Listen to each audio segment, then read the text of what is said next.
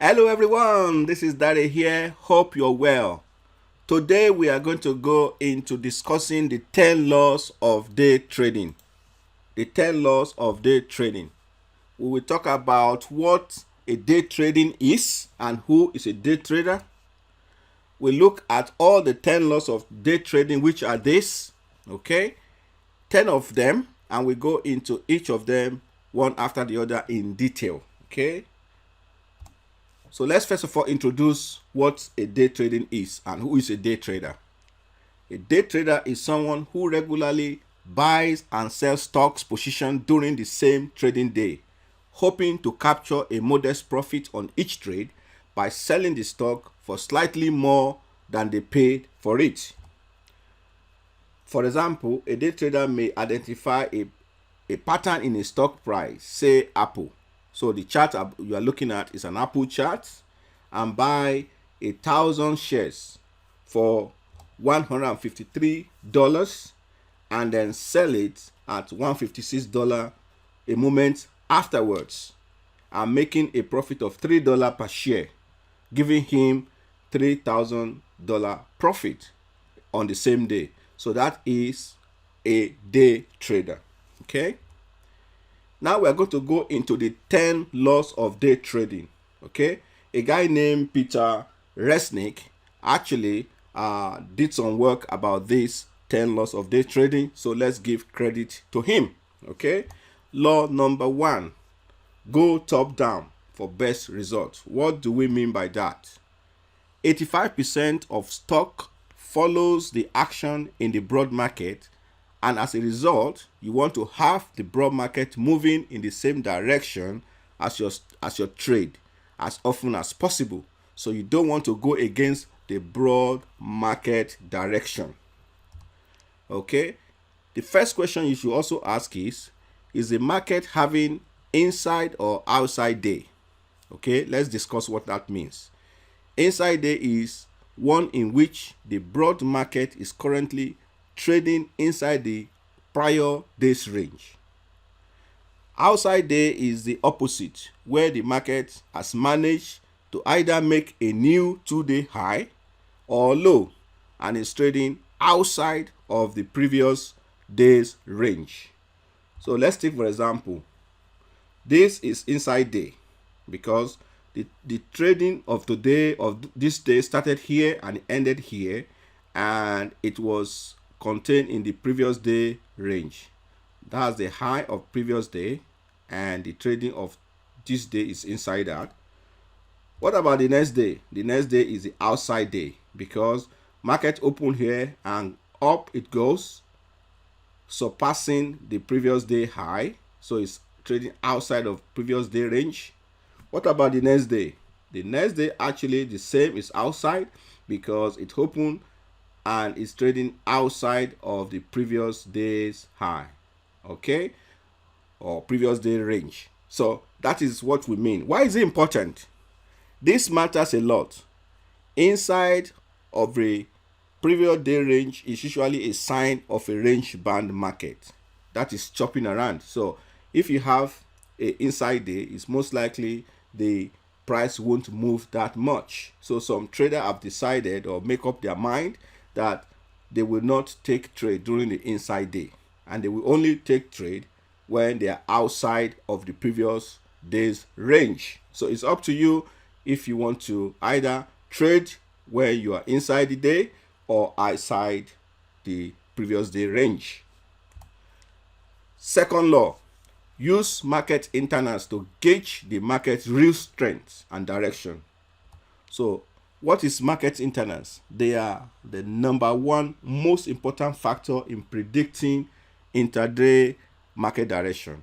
There are three important ones. Okay, the first one is the market breadth, and which is the amount of volumes flowing in to up stocks minus the volume flowing into down stocks. Number 2, the advanced decline line is the number of up ticking stocks minus the number of down ticking stocks. And the third one is just the fraction of the first two, the fraction of market breadth an advanced decline line. Law number 3, know your sectors. Whatever stock you are day trading is part of some sectors. You have different sectors, pharmaceutical, energies, and so on. Every stock out there is part of some subsector of the market. It's imperative to know this when day trading, because you can use the relative strength in this sector to give added momentum to your day trade. So these are examples of sectors in real stock trading, right? Law number 4, relative strength is the key. Okay, relative strength, or weakness for that matter, is simply a measure of how strong or weak a stock is against something else. Usually you want to compare the performance of different stock and the broad market in terms of percentage change from open. Stock that are outperforming the broad market by good margin, you keep those ones for long position, that is the potential to go long, and the ones that are lagging the market, they are the potential for going short. Okay, take for example, GlaxoSmithKline is a pharmaceutical company, and this is a pharmaceutical sector. You can see this is comparing the performance of the stock and the sector. You can see broadly they were moving the same way, performing the same way until around here. You can see the stock is outperforming the sector. The sector is actually falling, whereas the stock is rising. So at this point, you know exactly that this stock is outperforming its sector, therefore is a candidate for buying. Number 5, law 5, the pattern is the last thing. Okay, pattern is the last thing. What do we mean? Okay, before searching for intraday pattern like bottom, top, bottom, twister bottom, or all kind of different patterns in individual stock, item 1, 2, 3, and 4 above need to be satisfied. You know, whether you're looking for double bottom, hammers, or bull flag, every other thing that you are looking for is irrelevant if the market is range bound, for example, or the sector is weak. So the odds of your pattern following through are very minimal. Okay. Law number 6, stay away from cheap stocks. What do I mean?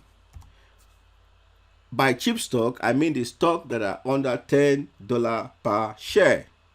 Cheap stock are cheap for a reason. They tend to not respect technicals. Their pattern tend to not follow through. There is a built-in weakness in pattern on every cheap stock. This is due to the increased amount of retail traders who are throwing money at these stocks in a random fashion, often news-driven, and the fact that these stocks are 100% unsupported by institutions.